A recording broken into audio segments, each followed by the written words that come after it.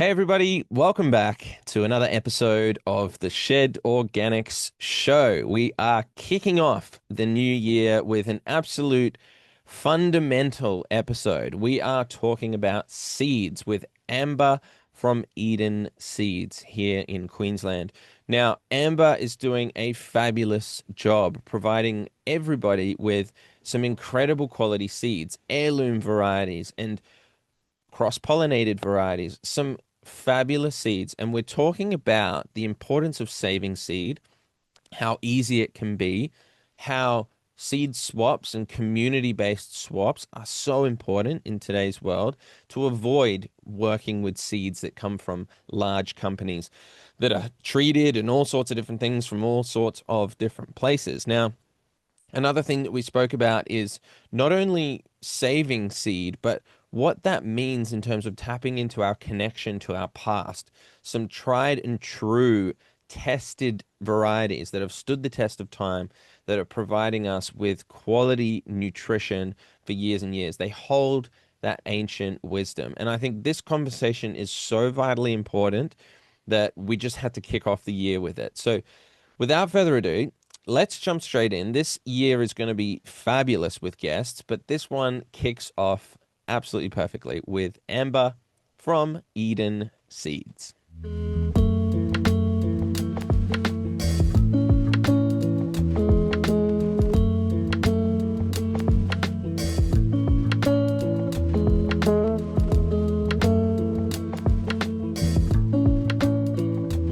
Can you just maybe start with your thoughts on the importance of saving seed?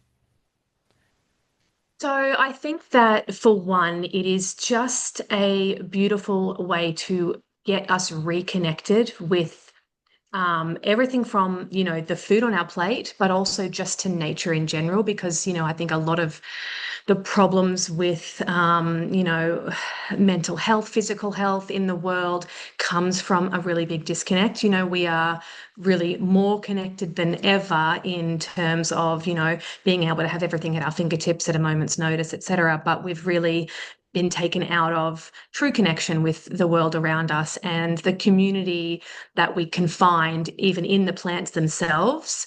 You're never lonely if you've got a garden or some trees or a patch of grass outside. Like you can really connect in.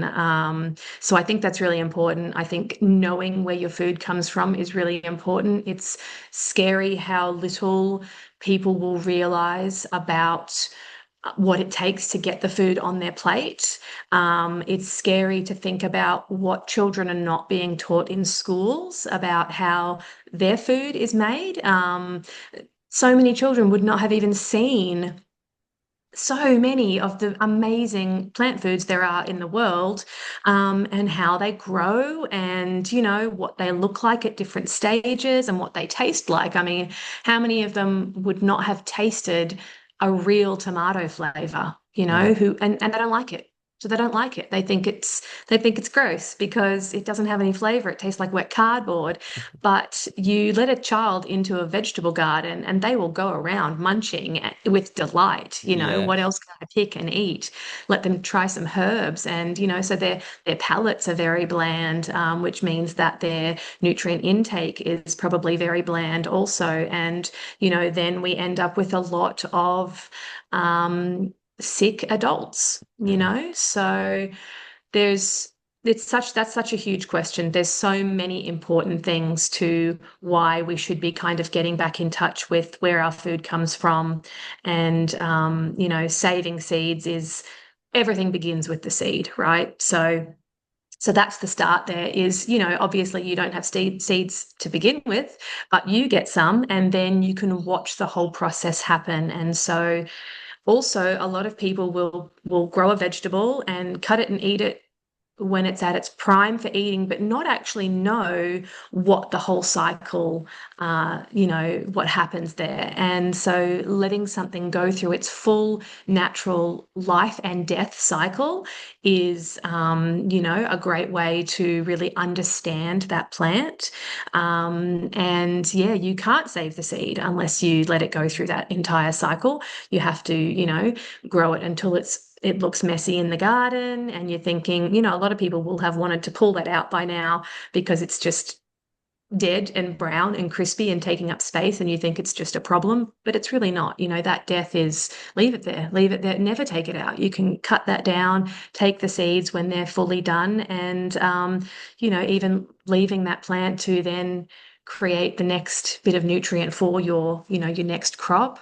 It doesn't ever have to leave. I think we can kind of you know, reframe how we think something should look. It doesn't have to be this clean, perfect lines and tidy kind of garden, because it's not. Life's not tidy. It's messy. It's, a bit chaotic. It's sometimes a bit gross. Sometimes, yeah, this is all part of that reconnection of kind of life and death and our place in it. Yeah, so true. And like nature's not clean and tidy in that way either, is it? Like it's just it is what it is. It does that full cycle. And you're right, you can appreciate the full cycle of a plant, the life and death. But then that one seed, like you said, it all starts with the seed. It's almost like the chicken and the egg type thing. But you've got the seed, and that seed can last you forever if you kept getting seeds back from that plant. And obviously with seeds and where they're grown, how they're grown, you're going to get a little bit of genetic diversity among the seeds. You can then select for stronger varieties or certain traits that you like in varieties and kind of seed select in that way. Um, Talk to me, maybe please, if you can, about the importance of the good genetics and keeping around these original seeds that haven't been, I guess I'm going to use the word tampered with, or because we're seeing, to give a bit of context, we're seeing seeds now that are like almost Roundup ready seeds. They're kind of advertised as, and this is just, to me, along with genetically modified seeds, just is screaming the wrong things. We want to go back to the most traditional seed varieties and heirloom varieties, things like this. Why is that important over some of these seeds that we're starting to see today? Yeah, so heirlooms are just a tiny little definition for any of your viewers that may not know what an heirloom is. They are the old traditional varieties that have stood the test of time. They grow true to type. When you save their seed, you know that the next season you plant that, you're going to get a plant that looks the same as the parent crop. And they have been carried down through a family or a culture or a place for over 50 years. That there's different kind of time frames on this, but you know that there's many generations of growth in this seed line, and the genetics have held true all the way along. And so they are also open pollinated, which means that they're naturally pollinated by wind, animals, insects. And so a lot of hybrids are either pollen free, or need, and which means that they're also not food for our pollinators, which is a whole nother can of worms. Hmm. We want to provide food for our pollinators. And so if they're pollen free, they're also sterile. So you won't be able to save the seed, which takes away your own sovereignty, your own ability to be self-sufficient. And it also means that you're reliant on outside sources buying every season.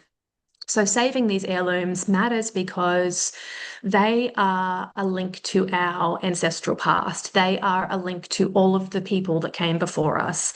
They carry traits and resilience for times that we haven't even been here for. It is written in their genetics, in their DNA. These seeds are little time capsules, and and they have been carried by transient people that have been either forced to move or have, moved by choice due to, whatever it was that made them up and take their seeds and their belongings and make a journey. And these seeds have come with them. And so we have these bits of resilience from different climate zones, from different parts of the world, from, all these different cultural backgrounds that carry a absolute wealth of different nutrition, not just the one variety of green beans you can get in the grocery store, but there's hundreds of varieties of beans, and they're all different colors, they're all different shapes and sizes, and and they all have a different, some of them are going to be more drought tolerant, some of them are going to be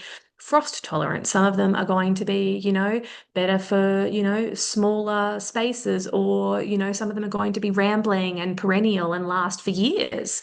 So it allows us to be able to have a bit of security in different types of plants and what they are good at and what they can provide for us nutritionally. And they're just, I think they're very special, heirloom seeds, because everything, my whole life has been really, everything is, I've been so passionate about connecting with ancestry in making things. Like I've done a whole lot of kind of art and craft throughout my life, and every time I was drawn to something new, it was always like an old ancestral skill that we just call, it's craftiness now, but really it was what we had to do to survive. It was what created, cooking implements and catching animals or harvesting food implements, the tools that started culture, so heirloom seeds have the same kind of feeling for me. It's like this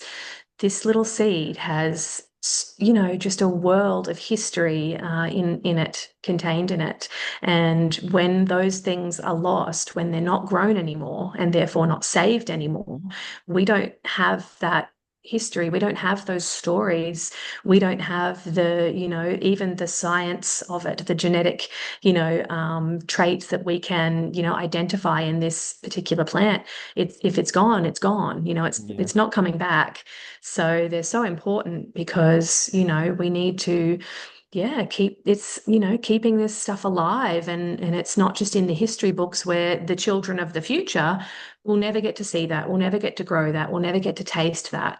And I think when Mm. you eat these things as well, for me, I'm transported to these other worlds. You can just close your eyes and taste these flavors and just think about the people before you, that, how it sustained them. And that paved the way for us to even be here. We wouldn't be here without it. Yeah, So, that's so true. That's a really nice, lovely way of putting it. It's like this genetic memory that's kind of stored within the seed. And yeah, I feel like, when you were saying about the crafts and things that you're doing, it's it's awakening this genetic memory within ourselves. It feels authentic when we start to do these types of things because you're tapping into that wisdom of the past, this passed down wisdom through our subconscious, through our genetics, through our cells and our DNA, the actual coding.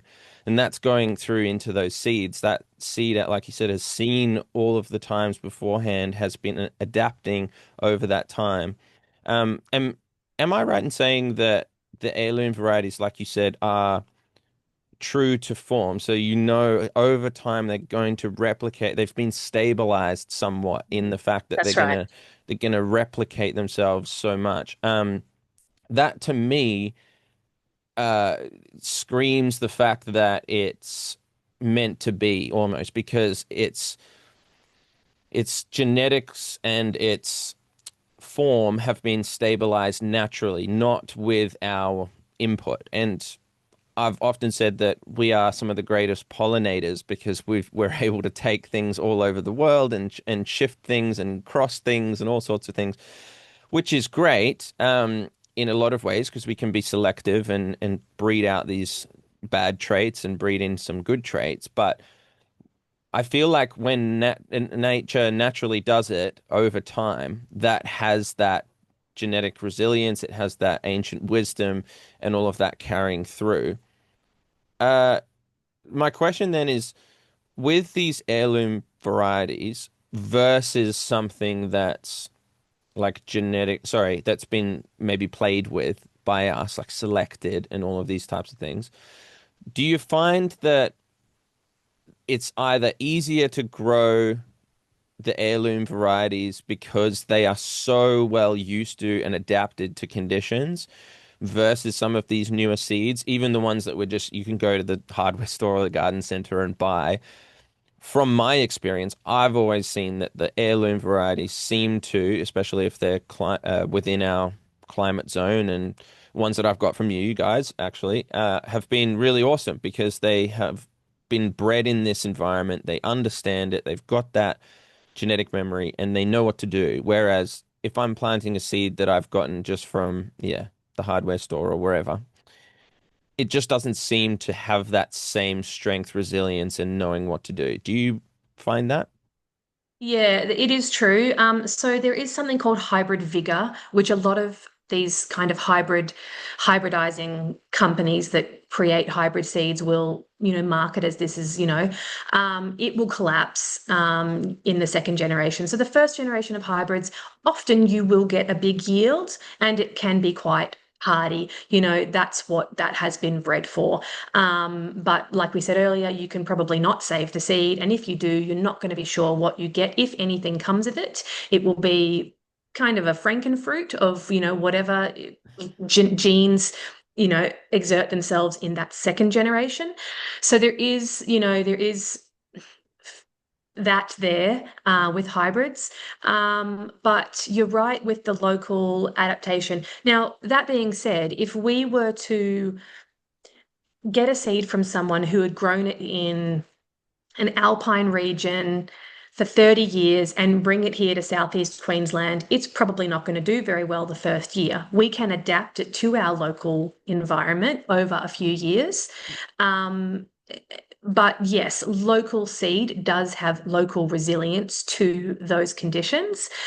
So that's why it's really important to get in touch with other local growers, get involved in a local seed savers group or a gardening group or, that kind of thing, a crop swap where people in your region are growing things that grow well in your region because not everything grows in one place. We can't, be so blind to think that we can just take any kind of plant and make it grow where we want it to grow. It's not going to happen. Nature is much smarter than us in those ways, and some things need the frost, and some things will die in the frost. So, yeah. So um, those local traits, yes, are that do come over time. So yeah, that is something to look at when you're getting seed is, kind of the history of the seed and your specific climate. A lot of stuff will grow okay across Australia, for example. We can kind of grow a lot of things,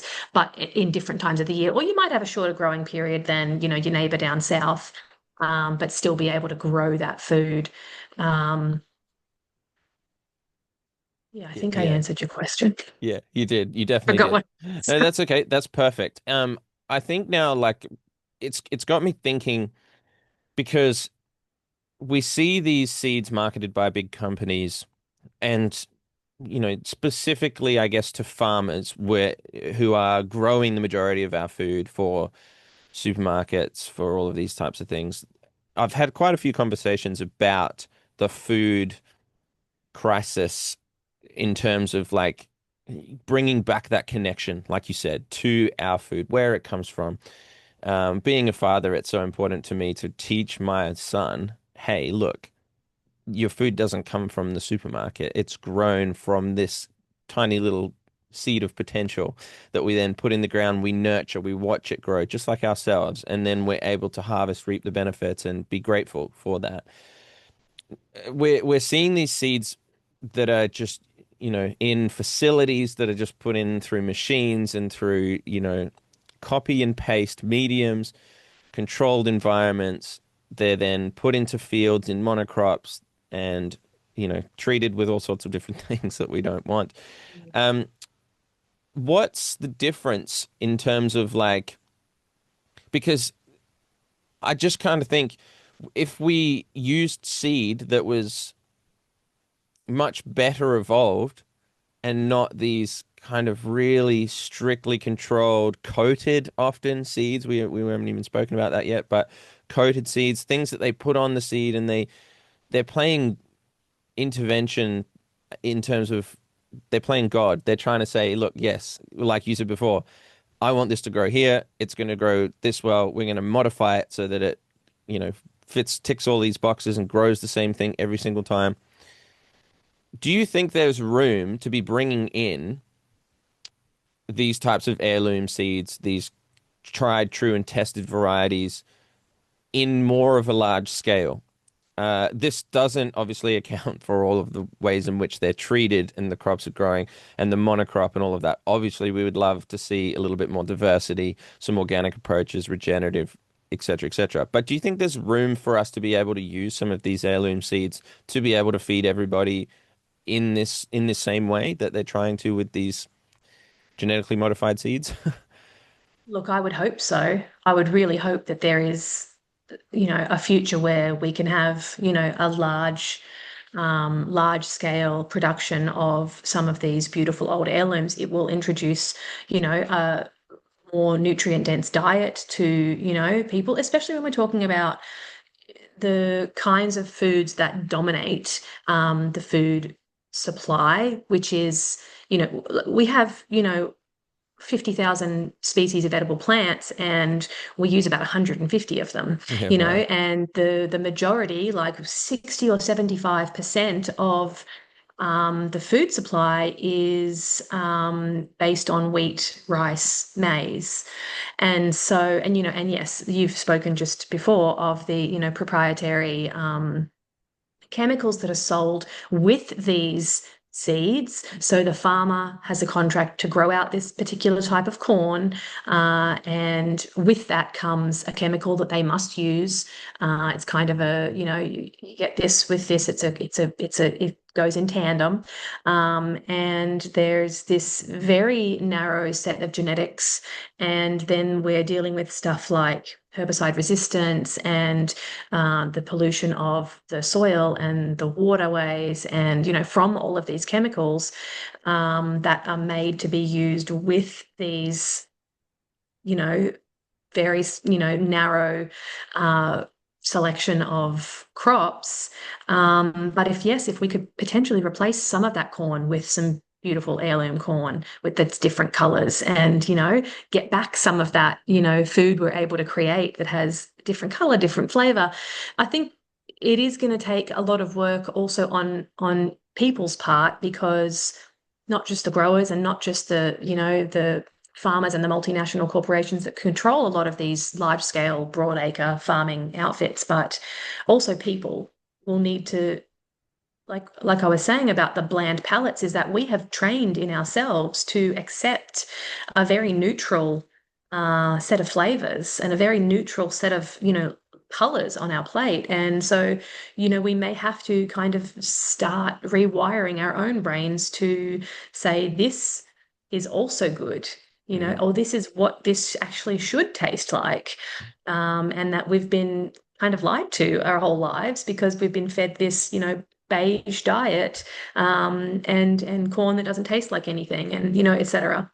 Yeah, and it Um, doesn't translate with the nutrients as well. Like it as you said earlier about the kids going around the garden tasting everything. The flavor is better in a more nutrient dense plant. They go hand in hand. So if it tastes better, then you know there's more nutrients in it and it's better for you. And you're right, we are just so used to just going and having these super bland tasting things that just have absolutely no flavor. And then that's why we all say like homemade is so much better, or homegrown is so much better, I should say, because we understand that that taste translates through into the food that we eat. mm. And yeah, I mean, I would love to see more of these open pollinated things because these seeds that the companies use, they are just a one use thing, so that farmers are forced to be buying and buying and buying and using more and more chemicals for less and less yield and more pest pressure, and it's just becoming more unsustainable.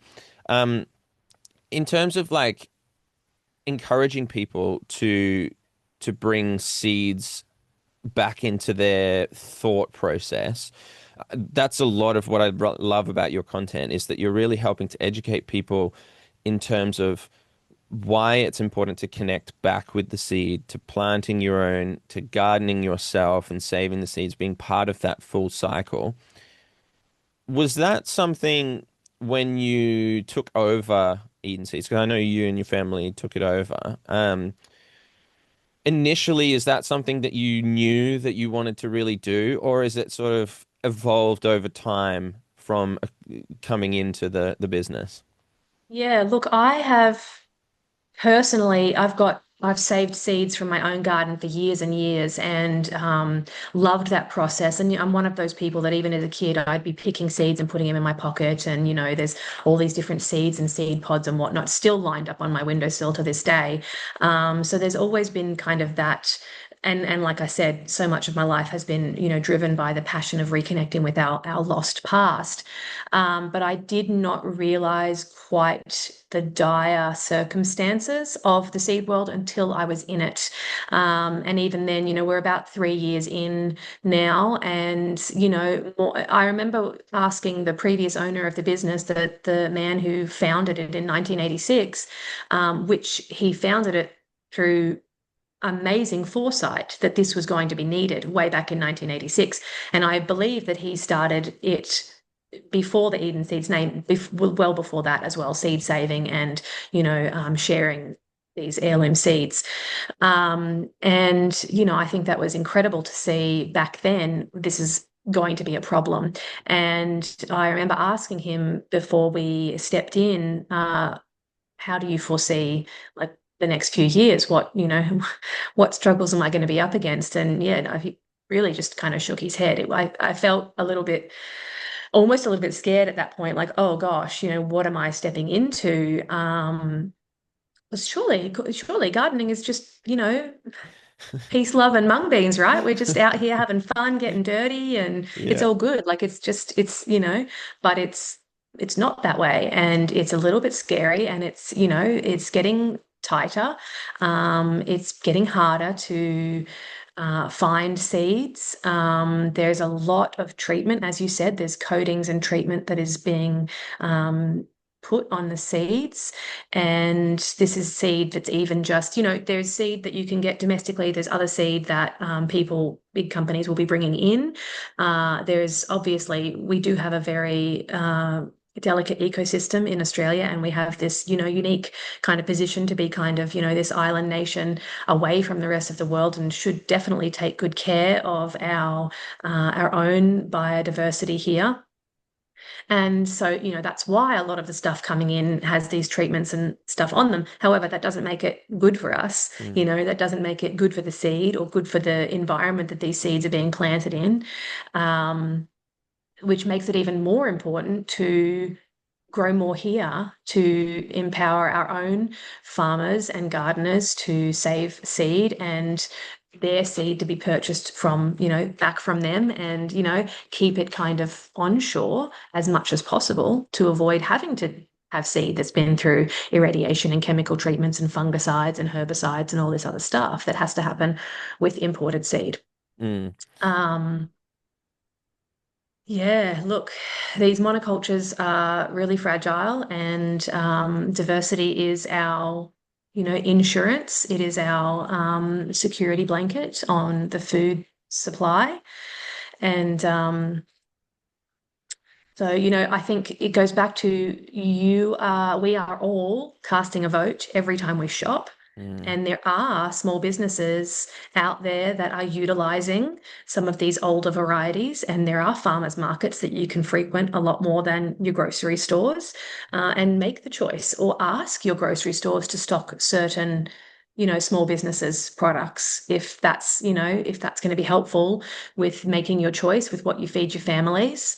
mm. You're Yeah. absolutely right. Voting with our feet means that or our dollars, I should say as well, is that we're then showing to the mainstream agriculture that the demand is not there anymore. The demand is actually for locally grown, organically grown, good quality genetic seeds that are, passed down like we spoke about through generations, or that are well adapted locally to the climate, have good nutrient density. Me being a big soil person, focusing on the quality of our soil, regenerating our soil so that it's got all the life in there to give that seed the most amazing foundation so that it can live out its full potential as a plant as well. Um, I've noticed, at various different garden meetups that I've been to and things, a lot of them have seed swaps and seed banks that they have, which is such a great initiative. And some of the best seeds that I've gotten, apart from obviously from you guys, is the ones that have come from local people. And you Absolutely. mentioned that earlier, just Yeah. swapping, saying, hey, I've got some seeds for this. Do you have any seeds for that? And we can swap some stuff. And that takes away the need for these big seed companies and this importing of seeds, this kind of giant conglomerate thing that's going on. Yeah. That's It shortens the supply chain. So, it's yes. keeping things, that's taking away, reducing some of your food miles. And that's not just benefiting the food that you're putting in your body, but that's benefiting the environment. That's less fuel. That's less wear and tear on roads. That's less, you got to think about it kind of macro. It's not just the food itself. It's not just you, but it's this, macro of everything contained in the food supply chain Mm. that the more and more we can shorten it, the better off we all are.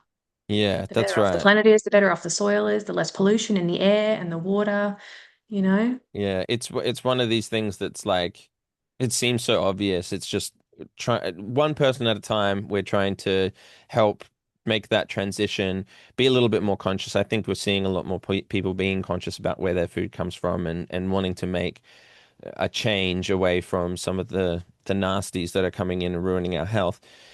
Just going back to when you started, when you took over a couple of years ago.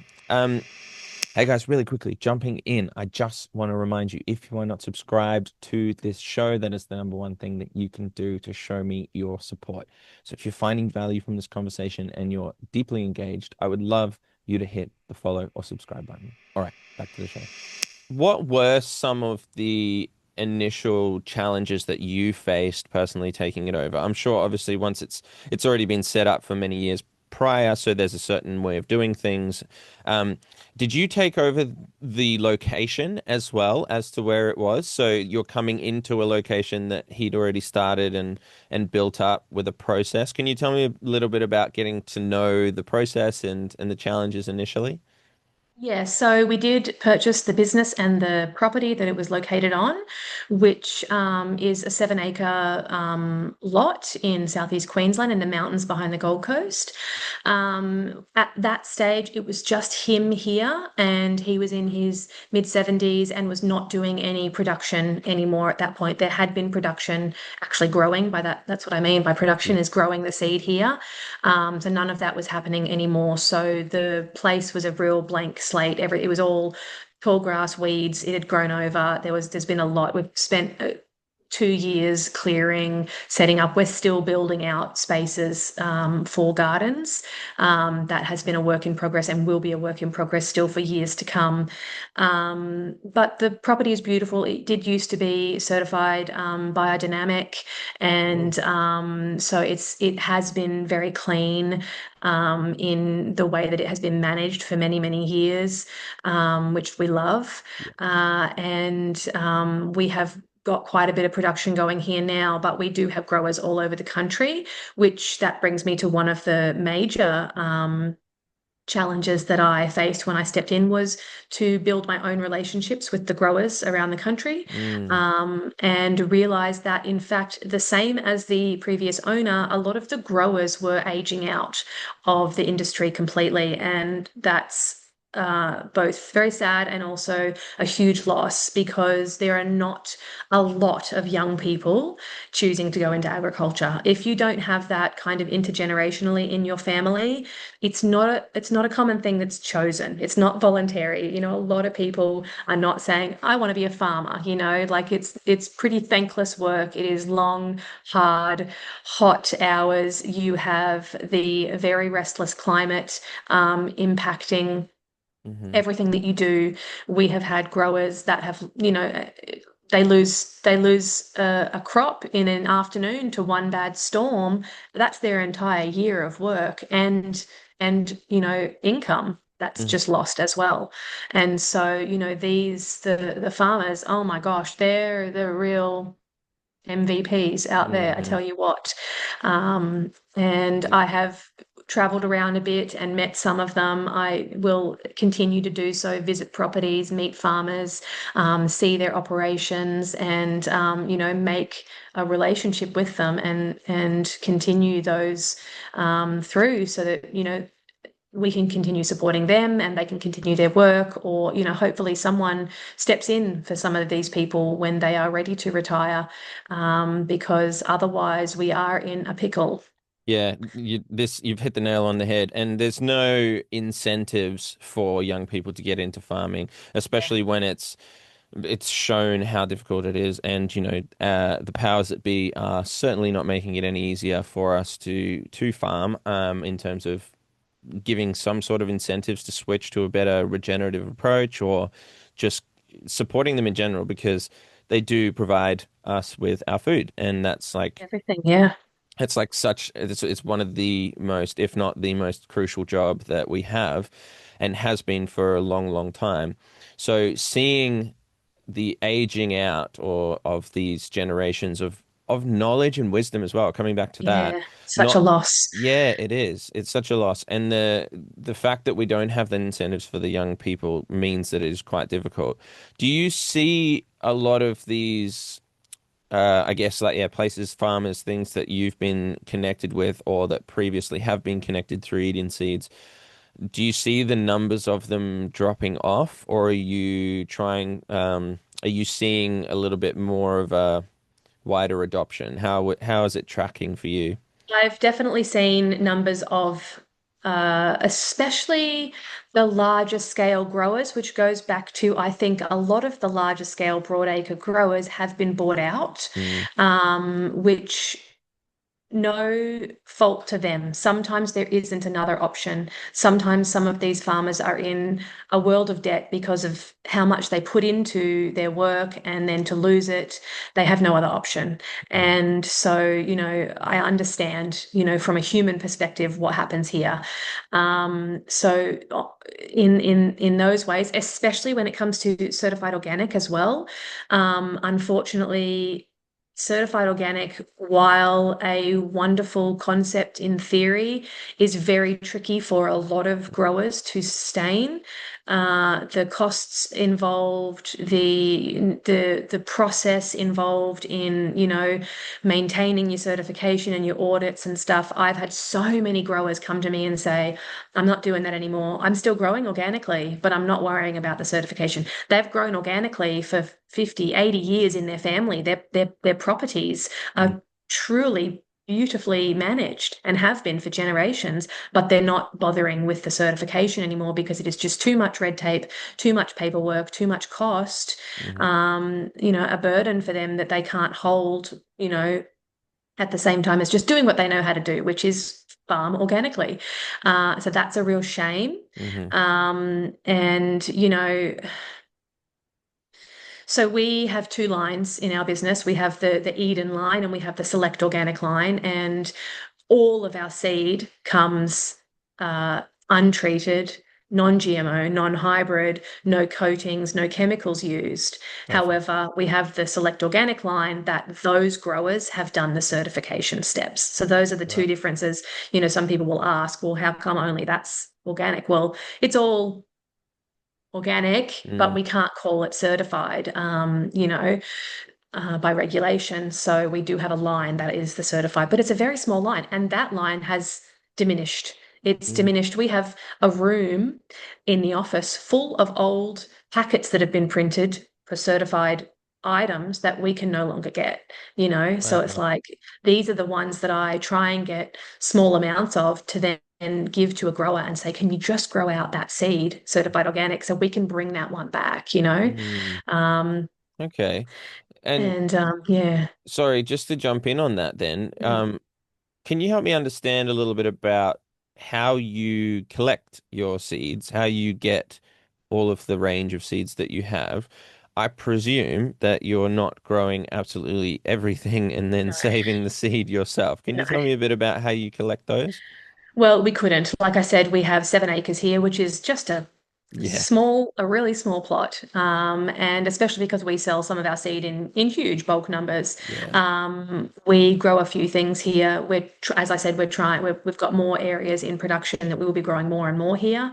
But we have growers all over the country, and some of them are large scale growers, and some of them are just small, backyard growers, market gardeners. Market gardeners are great. I do think that's one kind of area where there are passionate young people that are starting to build a bit of a name for themselves, or at least a living, at least, Mm. a comfortable living where they can be proud of their work and live in, in within rhythm with nature. And so, the farmers markets and the small, the organic, fruit and veg shops on your corner, those kinds of things. You even just, it doesn't have to be the organic fruit and veg shop, but your local fruit and veg shop. We have growers that will grow things out, and supply the fruit and veg shop with part of it, and then save some back for seed, and that gets sold to us, which is great. Um, and yeah, otherwise, yeah, it's the actual process of saving the seed, if that's what you're asking about, that Yeah, changes for both as every. well. Yeah.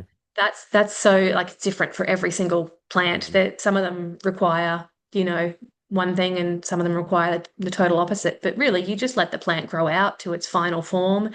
And things like flowers and herbs, you have to be quite on it because they'll release their seeds and you've missed the window. And it might be that morning, you look at the seed pods and you're like, oh, it's getting close. It might be a day or two, but then that afternoon they've Oh, released them wow. and that's it, you've missed it. So it is observance. It is really paying attention, Mm. close attention, getting to know that relationship with your plants, with your garden.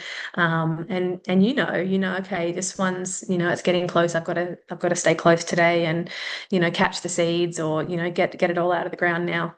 Mm.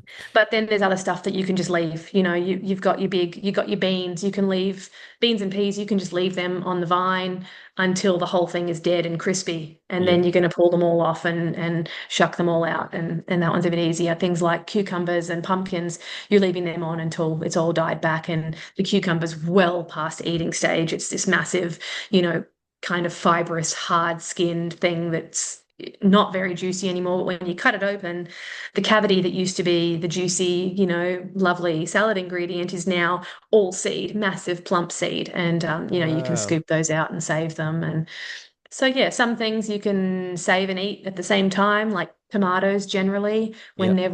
they're ripe, for seed and for eating. Um, I found pumpkin seeds are easy to do like that as well.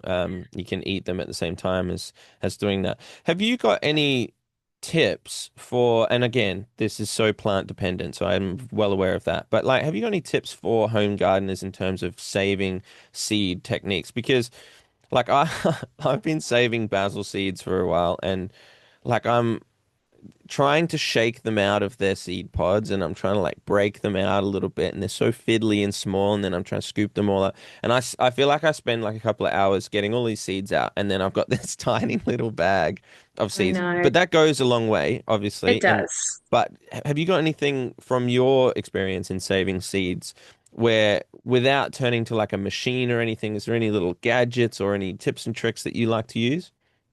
Well, I love a sieve, just a kitchen sieve. If you can get them in different sizes of the Yeah. holes, they're very, very helpful. We have really big ones as well that they can be used with a winnowing machine, which is basically a blower. It kind of Hmm. blows the air up and winnows, which is kind of blows off the shell and then leaves the seed, because the seed is heavier and more dense, so it will stay, and the husk and the shell will kind of be blown off. But you can do the same thing on a small scale with just small kitchen sieves over your sink or outside, and over a bowl is probably the safest way, because then is this hole small enough to, is the seed going to come through, or can we catch it? So over a bowl until is probably the safest way to do it. But they're brilliant. I use them for a lot of Mm. things. Even for, tomatoes I was doing this week, just in the kitchen, and it's amazing how many seeds you'll get out of a tomato, and so I've got a few crops coming ready to be harvested at the moment. And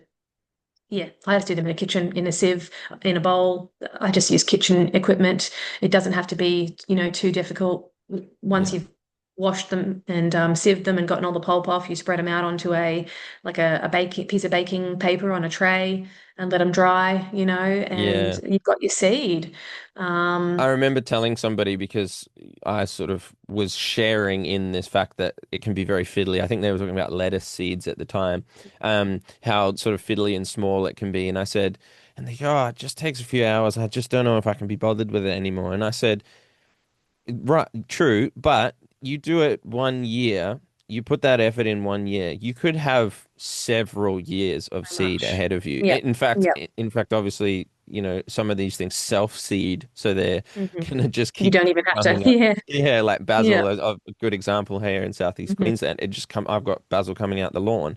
It's just like it comes out of everywhere. So you don't necessarily have to be doing it every season, every year. You just go, okay, look, this crop was really good this year. I got a really good crop. I'm going to save some of these plants, let them go to seed because I know that was a good crop. Um, do you recommend that as well? Because I know that, say, if you've had a bad crop and it's a bad producing plant or it didn't work so well or it was under lots of stress, how's the quality of the seed from that plant versus something that was thriving? Yeah, absolutely. And I just want to go back to your lettuce. Little tip on that one. A pillowcase is great for lettuce. So I either cut the plant off or rip it out if you want, but you can leave the roots in and just cut the plant off straight into, put the pillowcase over the top and tie it up or put a rubber band around it. And then you just thrash that in there and all the seed will fall out. And then No you can do a way. little sieve as well, but that's the easiest thing that I've found for lettuce seeds. And similar to that, like radish, broccoli, those kinds of things that have those spikes of seed, Yeah. put them in a pillowcase, and that's really easy. Wow. Yes, but yeah, the plants that you save seed from should be the best, the healthiest, the most vibrant plants because they will, the apple doesn't fall far from the tree and they will take on the traits of their parent. So, if you are choosing a struggling, a plant that didn't produce much or it produced small, weakly looking fruit, that's probably what you'll get back. So if you Yeah. can save the seed from your best looking plants, you will probably have, a nicer crop in the future. And you're right, you can save those seed for years. Obviously, seed packets come with an expiration or a best by date or a sow before date on them. And I like to tell people that please don't pay attention to those. They have to be on there. That's kind of a retail requirement. But if you store your seed well, it will last you countless years longer than that for a lot of varieties. Now, there are some seeds, some plants that seeds have a natural shorter viability period or lifespan, but most seeds will last a very, very long time. I did an experiment. I've kind of moved on from it now, but sometimes I'm still planting old seeds. But I did an experiment a year ago where the entire year I only grew out of date seeds. And I'm talking really out of date seeds, like tomatoes from 2010, Uh, like best before 2010. And that everything came up. I had the best crop. It was fine, no problem. wow. Uh, if you keep your seeds in a cool, dry, dark place, they'll probably last a lot longer than the packet says. And yeah, so, your garden shed, that's probably not it. I know that seems logical. So many people I know, myself probably included in the past, you got your tin of seeds or your bucket of seeds or whatever in the garden shed next to your tools. Of course, it makes sense. But that place is, especially around here, I mean, maybe that might fly if you live somewhere very cool Mhm. but in the subtropics, anywhere where it gets hot, or humid, you're really taking away the viability of those seeds. So we like to tell people in an airtight container in the crisper of your fridge, if there's room, It's is the exactly best where I spot. have mine. That's exactly right. And like same with my seeds because there's one here. I do a cover crop seed mix. Nice. Which is 15 different seeds. This one's more a winter blend 'cause it's got lots of clover and stuff in it. But I've got all those seeds in fridges in the dark. And they're obviously sealed packets to make them nice and Yep. dark. But I tell people chuck them in the fridge because that Yep. does extend the life. And that Hmm. was actually a question that I had for you was about that sow by date. Because like so why do they have to have it on there? Is it because of a guaranteed germination rate based on what they've tested, or is it just like Well, yeah, why? Why do they have that? Yeah, actually, I don't know the answer to that question. It is something that, we are told needs to be on there. And I guess for retail facing products, most things, they're kind of food, in a way, especially Mhm. when it comes to your sprouting and your microgreens. That is a food product. So it would need to have that on there. But yeah, and yeah, there is a generally industry recognized standard of about 70% germination is what 70. we 70 about 70, Yeah. which you know I think that's pretty good. 7 out of 10 seeds, that's a pretty good germination if you're going to get that. I think you're looking pretty good. Yep. There are lots of companies that will still sell them when they're less than that, but give you more seed to make up for the difference. Most companies that do that will put that on their packets. Extra seed has been added due to low germination. There are also some seed varieties that have a naturally low or very slow germination, and I'm talking months before you see it emerge from the soil, Wow. which sometimes can throw people off because they're like, "What have I done wrong?" and or this seed is bad, and sometimes it's just the seed has a particular season that it will come up and it will only wait for those conditions. Australian natives are a good example of that because, some of them require a bushfire to make Yes, them that's germinate. right. And so for those, we can kind of replicate what a bushfire might be by inoculating them with smoke. Mm-hmm. Put Mm-hmm. them in a I have container heard with some that. charcoal and some, and that can, and those chemicals interacting can, trigger their germination. But if that doesn't happen, they may never germinate, Yes. So, Yeah, that's yeah, right. And even same with the weed seeds as well, that can be sort of dormant mhm, for so many years until the right soil absolutely. conditions come in. Yeah. There's so many, yeah, different variables that come with the seed themselves. Yeah, and with those germination rates, like, are you able to, like, I actually don't know, but have you got sow by dates on your seeds? And how far in the future is that so by date? And do you sell, or can you sell, or would you sell seeds past that date? Yes, so the sow by dates that are on our packets are generally about 2 years, and that allows the consumer to see I should have these in the ground within this 2 year time frame. Some things will have a year or 18 months on them, and there are a couple of seeds, like Angelica, for example, which is a herb. It has about a 6 month sow by date on it. Anything in your onion family has about an 18-month sow by date on it because we know that these seeds do expire quicker. They want Hmm. to be in the ground sooner. So it just gives consumers an indication of how long can I store these for. You can keep them well stored and you may get longer out of them. And in fact, most things you will get longer out of. The tomatoes, they will last decades, Yeah. decades. Wow. Beans last many years. So generally the dates are there as a guide, but don't throw them out. If once they've reached past that date, still put them in the ground because you'll probably still get some plants. Mm. You may not get 100%. You might not even get 70%, depending on how they're stored, but you'll get still some plants almost surely. I've got a few very old capsicums in this year. What else have I got in? I put in an old cucurbita pepo, which is the zucchini of the pumpkin squash Yes. family, any of the peppos that we had in our seed bank, and it was probably a decade old, and I've had 100% germination on them. Not a single fail. Wow. Um, so those are going to come back this year. So we have a seed bank, similar to some other, big seed banks around the world, like the Svalbard Hmm. Global Doomsday Vault in Yes. Norway, under the permafrost, so that if, the world ever, implodes, we have a backup there. And we like to do a similar thing, albeit at a very smaller scale. I think they've got like 1.5 million different seeds there.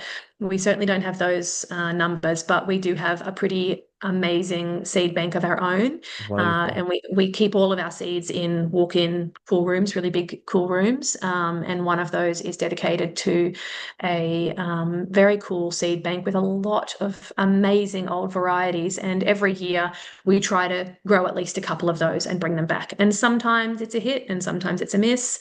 Hmm. The genetics are still there and stored. Am not entirely sure what we would do with seed that doesn't have any viability, but we just can't find anymore. I think it's still such a treasure trove that we'd keep it there.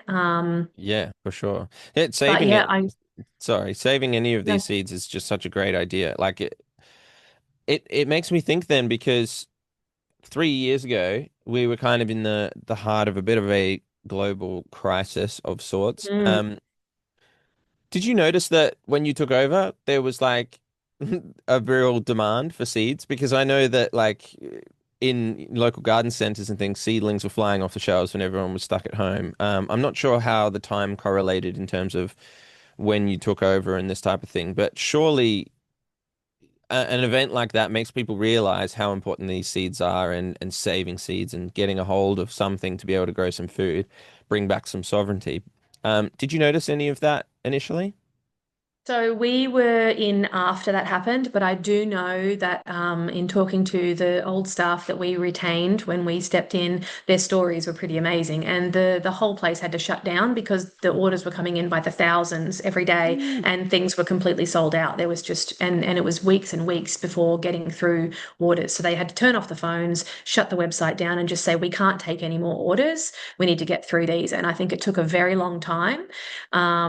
But yeah, I think people realized, I think it was a combination of people are stuck at home and they're bored. What can we do? Okay, what can we do in our own backyard? Well, there's a few things. You can renovate, you can garden, Mhm. and a lot of Yeah. people turn to gardening.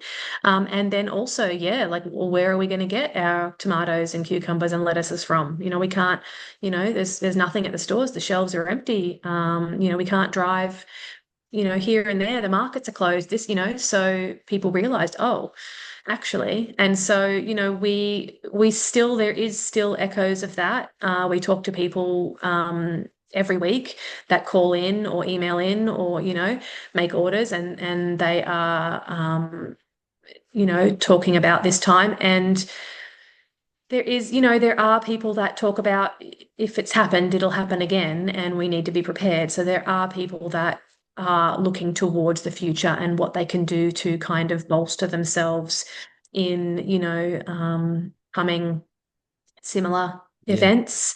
And look, we sell a self-sufficiency collection, which is almost everything that you could possibly need to feed yourself in your backyard across, many seasons. That it's a very generous supply, and they're quite popular. And a lot of people will just get them to put them. I remember having someone come here and talked to us about it. And he had a bit of a climate controlled vault. And he said, these are just going in there. He said, I'm not planting at the moment. He was a pilot and he was all jet setting all over the world, but he wanted to have that ready for if he needed to have that ready. And, that's a fairly wise investment. I totally agree. I mean, it's one of those things that like you hope you never have to use, like your first aid. You hope you never have to use your CPR skills, but Right, you exactly. but you That's want it. to know it when it's there. So That's right. yeah, and like talking about the future then, two parts to this question. How do you see the business and the seeds and all of this for you personally going? And then also, how do you see the world adopting more of these seeds, hopefully in a more positive mind frame, like that I'm hoping for is that we, as we spoke about earlier, we're using more of these amazing seeds. But personally, for you in the business looking forward, what's some things coming up on the horizon or things that are occupying your thought space? Getting more production happening here is an important part of it. To be able, like I want to support the farmers around the country, but like I said, it's getting trickier, and we all have to be a little bit more self-sufficient, don't we? Mm. So the more, obviously, we can't grow acres and acres of old wheats and corns and stuff here. I will grow small amounts, but there are some things that we have in stock for a month or two, and that's it. That's it for the whole year. We've only produced a small amount, and this is what we have. So Mhm. get it while you can, because it won't be again until, and also that speaks to different our size property here, and growing certain species that cross-pollinate. So, that's like, if you're to grow, I was talking about the cucurbita, the pumpkin family, if you're to grow two peppers at once, a black beauty zucchini and this other one that I'm growing, which is called Gill's Golden Pippin, if I'm to grow those at the same time, um, pollinators can transfer the pollen from one to the other, and then we will have a cross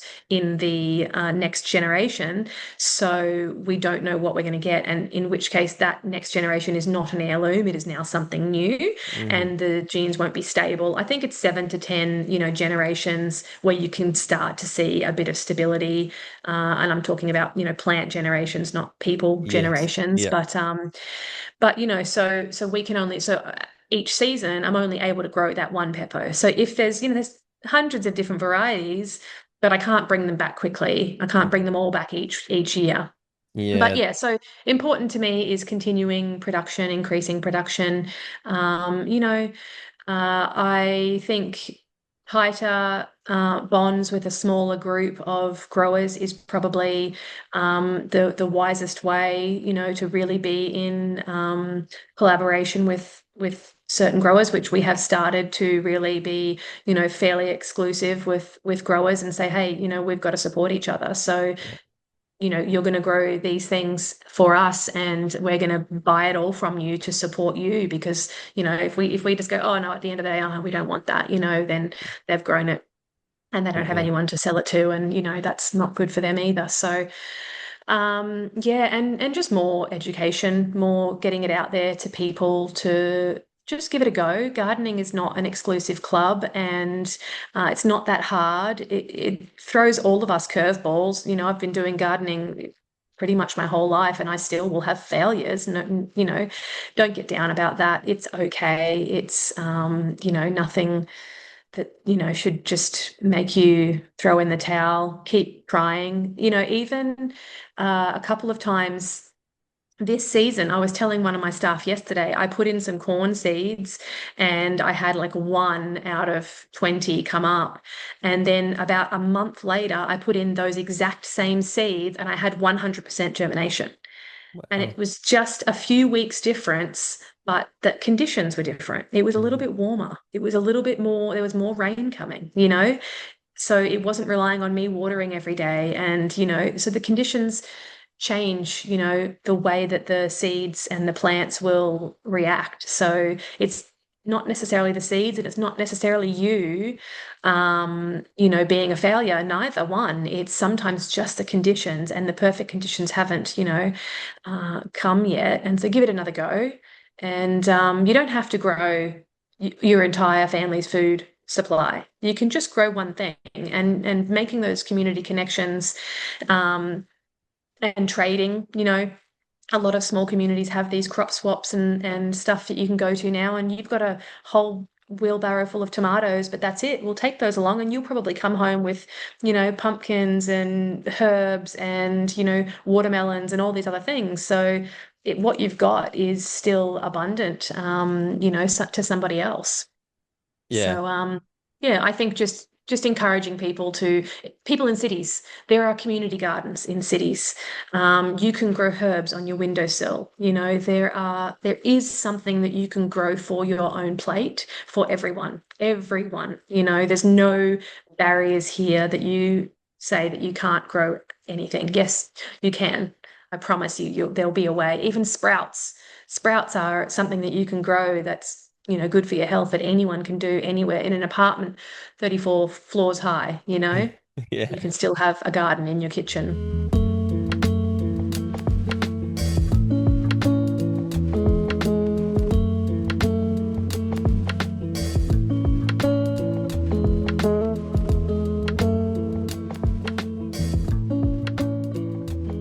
Beautiful. And there we have the conversation, ladies and gentlemen. Amber is a wealth of knowledge. So I highly encourage you to go and check out her links in the description below. She posts regularly on social media, educating about seed saving and the importance of that and the ramifications in our communities and in our world.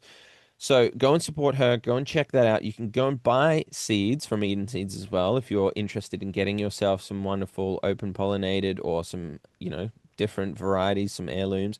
So go and check those out. If you enjoyed the episode, I would really appreciate some sort of review, any comment to say what you liked about it, and leave us some stars. But most importantly, if you hit the follow or subscribe button, that shows me that you are sticking around for the long haul, and it shows the algorithm that we can spread this to more people. We can get them inspired and empowered to get into the garden. So I'm so grateful for you, the listeners. I'm so grateful that we got a massive year last year, and I'm so ready for next year's guests. It's going to be a big one. So thank you again for sticking around. I really appreciate you. Take care and bye for now.